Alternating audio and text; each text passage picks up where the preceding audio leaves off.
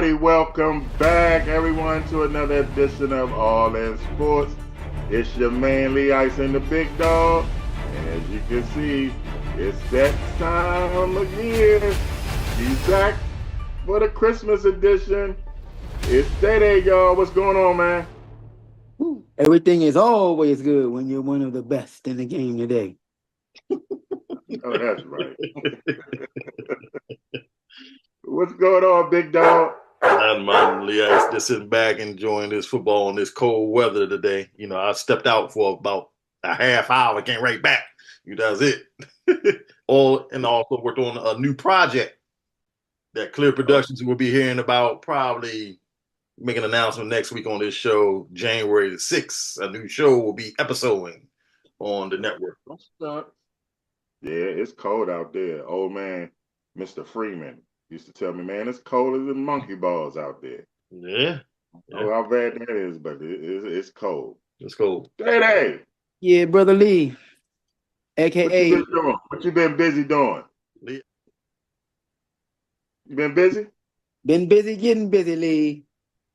Keeping all the horsemen's in line.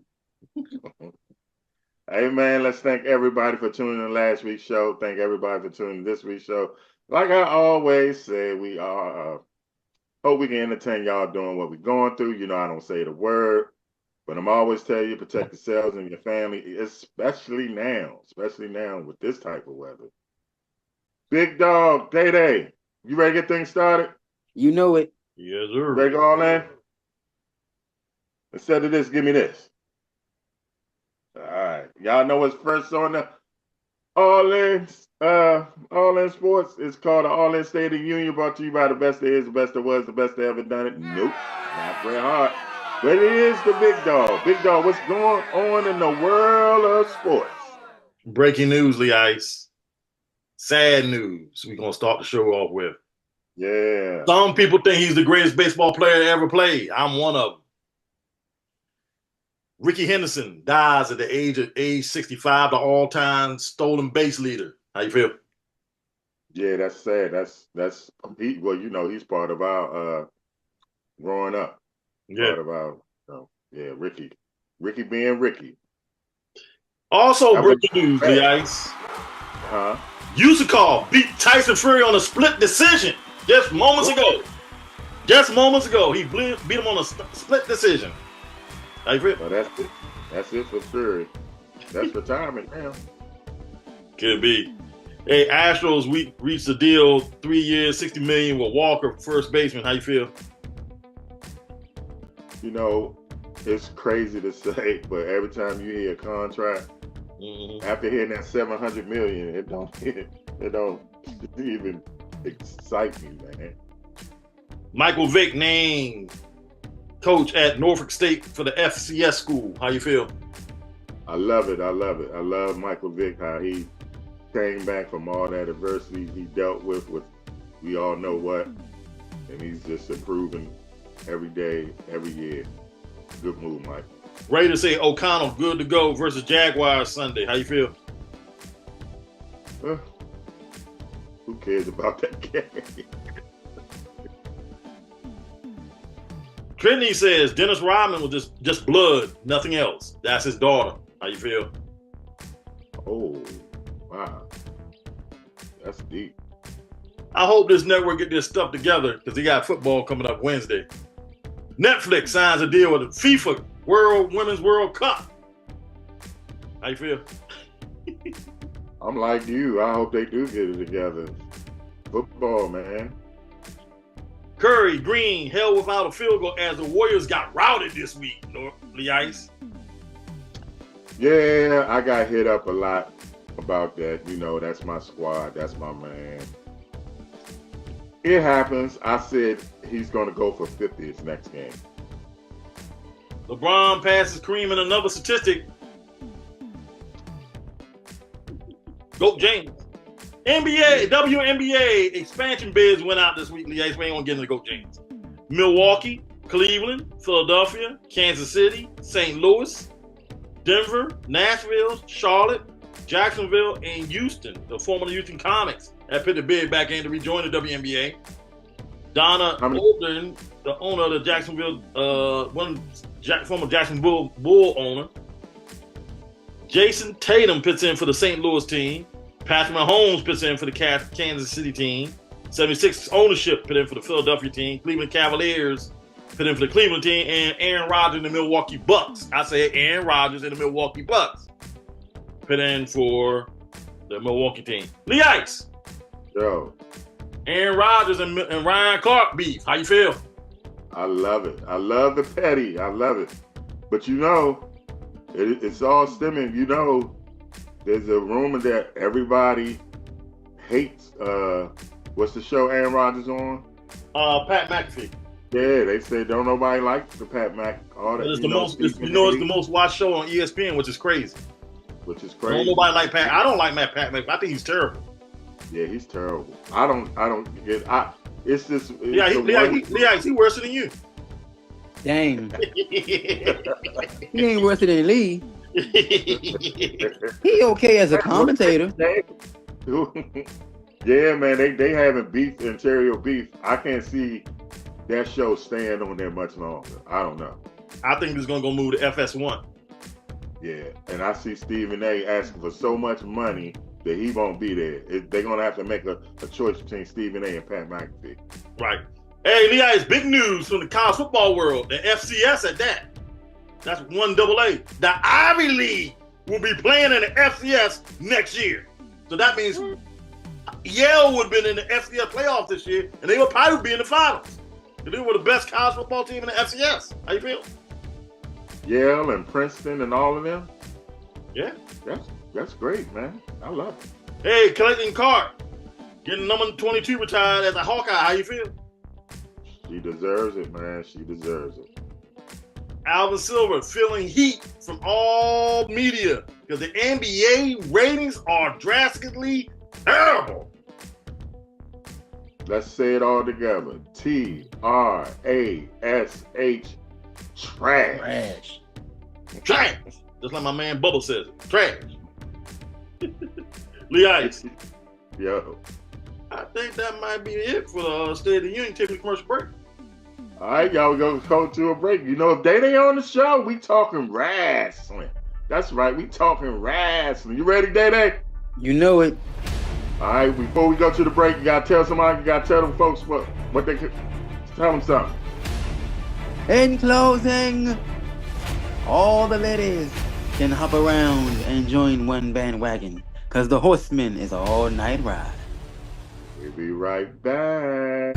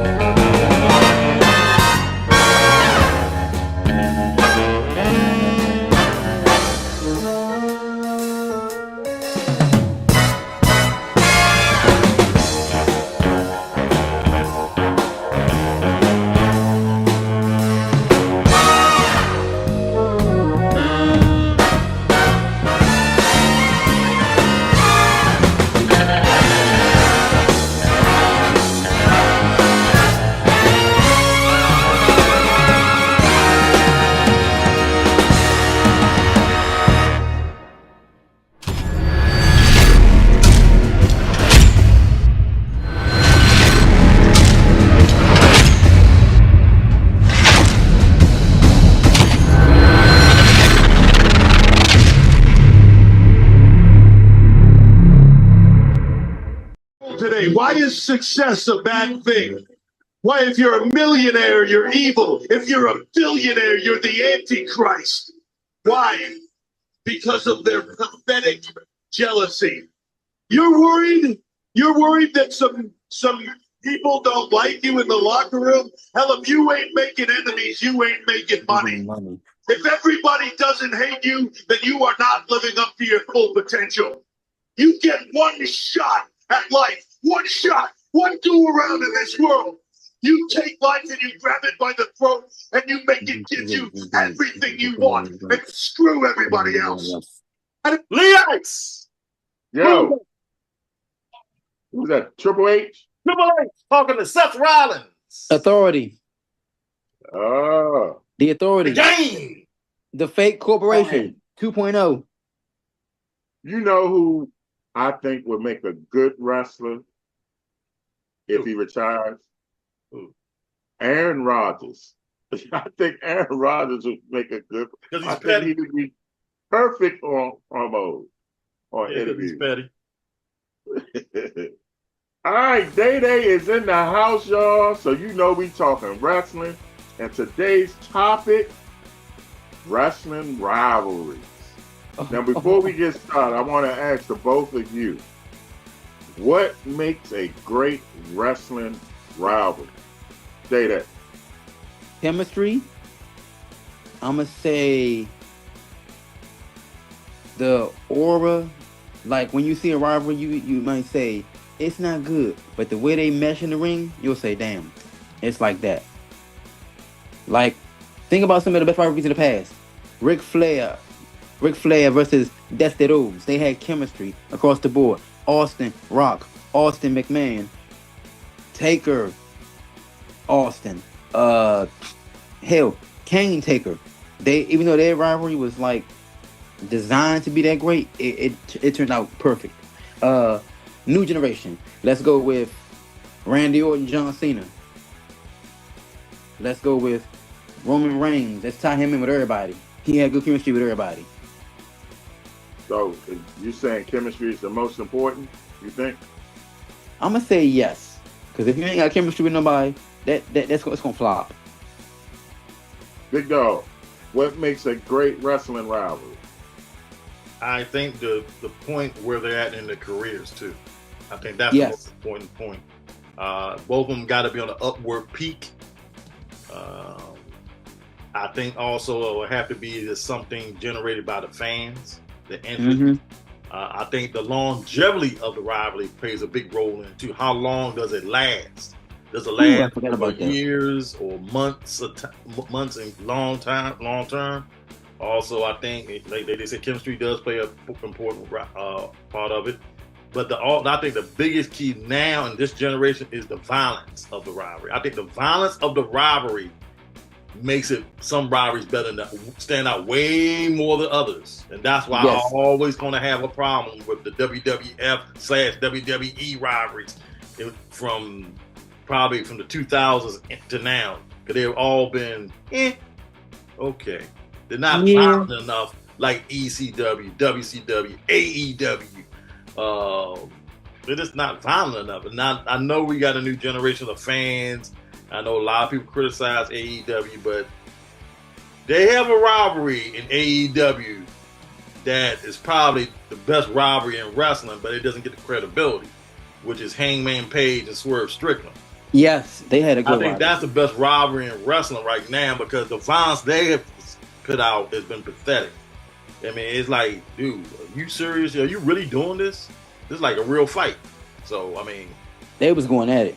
a lot of people don't look at it like that, but I look at it. I'm an old school fan like you guys. I like the violence, because I'll go all the way back to Larry Sabisco and Bruno Sammartino. That right there started the rivalry thing for me, because it was blood involved. That goes back to our childhood. Remember, they had to put the X Yeah, on they it. put It was the so stain much on it, yeah. blood on the screen. They put the damn X on the screen. And seeing Lee that- Ice, you took the money. You took my blood. Willie. So don't y'all think the promos go into it too? You gotta have. Yeah. You really gotta promote this. Yeah. That would probably make Ric Flair and Dusty Rhodes one of the top rivalries of all time. Of I course. think it also made Nikita Koloff and Magnum TA one of the best rivalries of all time. Story time. Mama's It also boy. made Jimmy Snuka and Roddy Piper, probably one of the best rivalries of all time. Oh, yeah. And Don Morocco and Pedro Morales. If it wasn't for Morocco, that rivalry probably would have been trash. Right. Don Morocco, man, that dude is underrated, man. You think about his style, his promos, the way he came He's the world champion. He was ahead of his time. Yeah, you said ahead of he his time. was ahead of his time. I think he was like 10, 20 years too early. Yep. You hit the nail on the head, buddy. But I think some of the great rivalries, I mean, there's a lot of great rivalries out there. I mean, Stone Cold, probably his best rival was probably Triple H. Or Bret Hart. Yeah, Bret. I think Bret Hart and Stone Cold were probably better than Triple H Stone Cold, Michael Stone Cold, or The Rock Stone Cold, because it felt like they really hated each other. Yeah. Stone Cold was on his way up, and Bret Hart was a legend already, so it was like perfect timing. The Rock and Stone Cold were more like, okay, they're on their ladders, they're about to be the greatest, but Triple H is going to probably pass them both, which he did. Yeah, he did. But I still say my favorite, best rivalry will always be Vince McMahon and Stone Cold, because they did everything to destroy each other. Man, that was cartoonish, in my opinion. I think the best rivalry would never get credit, Lee Ice, will always be Sabu and the Sandman from ECW. The violence they put in. Oh, the blood, the chairs, the electric, the bow wow. Come on, man. I ain't talking about no cartoon segments when Vince McMahon sitting in the hospital and Stone Cold comes as a doctor and beat him up. If you want to say that, that was funny. I'm sorry, that was funny. Booker T, Stone Cold was better when they had the invasion of the WCW. Yeah, that was a better rivalry. But you look who you keep naming, Stone Cold. Stone Cold was probably the catalyst for all the rivalries in WWE from the 2000s. Before the 2000s, Hogan never had a rival. Because they made him, like you said, they made him cartoonish. He was like a superhero. You know what I'm saying? Couldn't be touched. Although I will say they could have. Put the phone down, DayDay. I'm sorry. They could have for a little while. Would you agree, Big Dog? Just for a little instant, it could have been Hogan and the Warrior.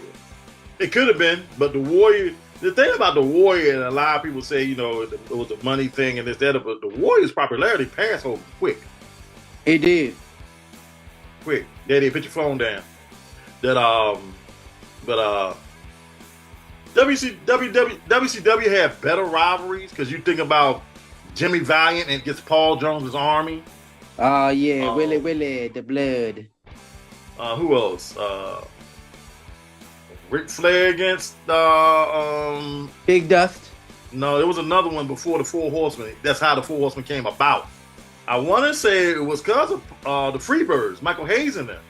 Yeah. About the Freebirds. Hey, I'll give you another one. The Freebirds and the Von Erichs. Yes. Yeah. That was what? Yeah, it was Mid-South with the Von Erichs and the Freebirds.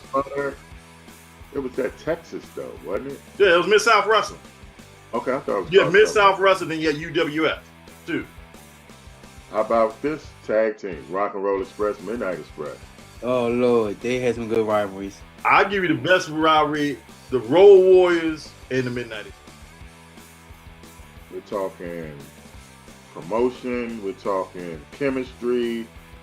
Big Dog, you mentioned violence. So all that goes into play, of course. But does it necessarily have to be babyface against heel? Can it be babyface? Have there ever been babyface versus babyface rivalry? I don't think so. Yeah. When? Yeah. Not many, but it's been heel against heel. A lot of heel against heels. Yeah, heel. Your biggest babyface rivalry was probably Hogan and the Warrior. Because both of them were babyfaces. Neither of them were bad guys. Right. Macho Man was the bad guy. Warrior, like I said, Warrior, man, he was picking up. Hogan's rival was Macho Man. But I think Macho Man Steamboat was better. But Hogan. Hogan's rivalry was Macho Man. Mm-hmm. I think Flair Rose, Dusty Rose is a good one. Flair Steamboat, Flair Funk, Flair Ronnie Garvin, Flair Hogan, Hollywood Hogan, not Hogan, Hollywood. NWO style. Yeah. Flair, Rhodes,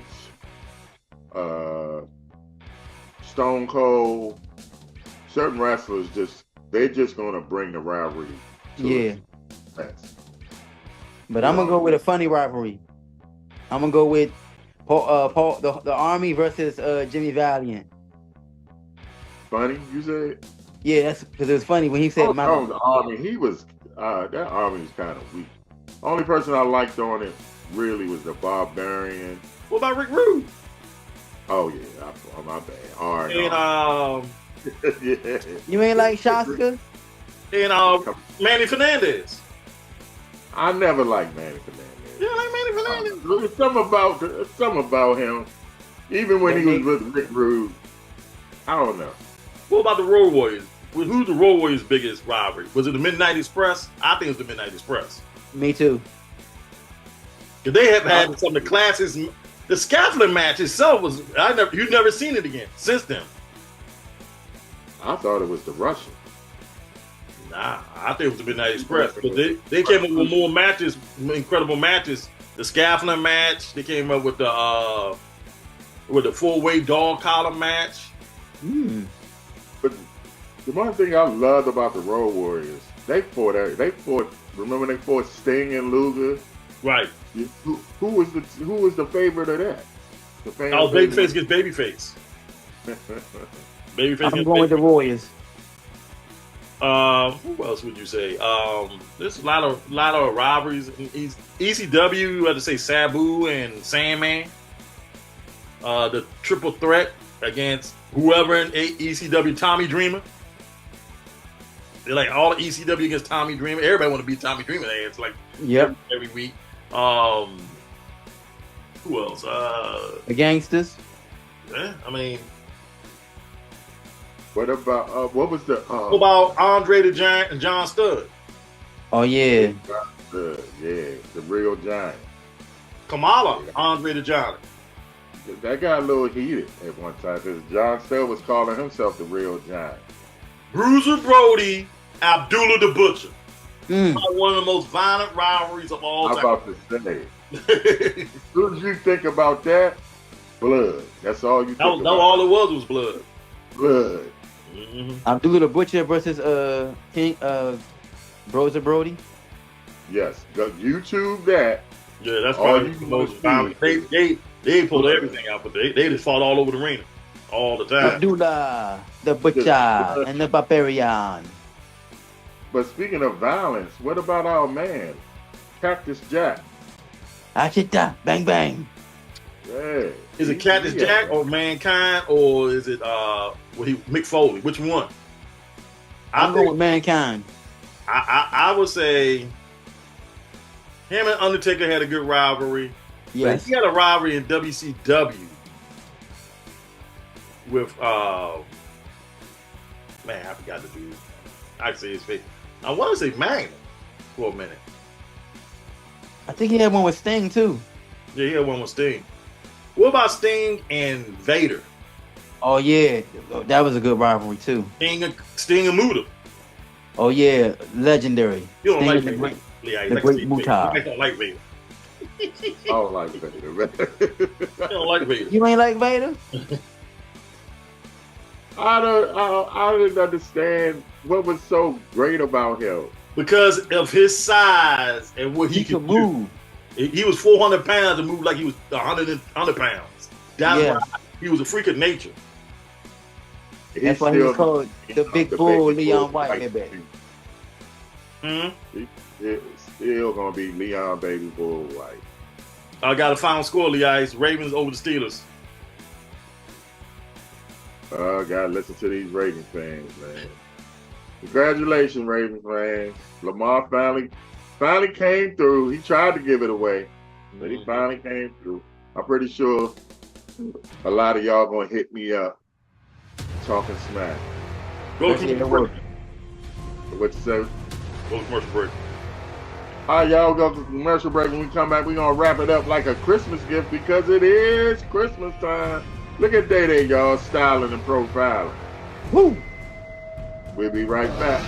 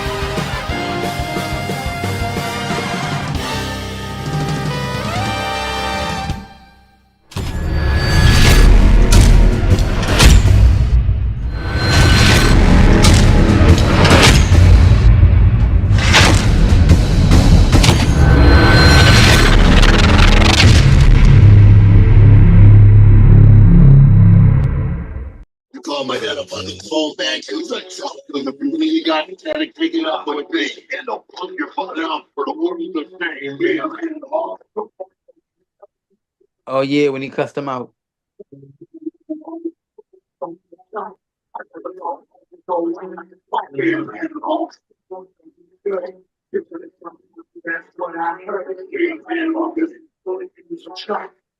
Hogan is a real big Lee Ice. That's Macho Man's hit single. Rap CD, Be a man, Hawk. It Was it actually a rapper? How he had out? was. It Yeah. really was. Yeah. He was really trying to be a rapper, man. Yeah. He really was. The voice. Macho Man. I look back at Yeah. his interviews. I think him. I looked at a lot of his promos. I think him, Flair, Rhodes, Stone Cold, and The Rock are probably the best ever on the mic.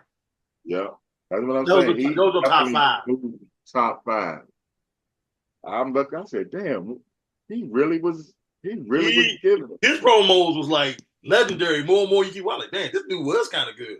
He was the cream of the crop. Did The again. tea bag and the broom and the cream for the coffee. He was like the cream of the crop. Oh no, Yeah. you want to talk to Elizabeth?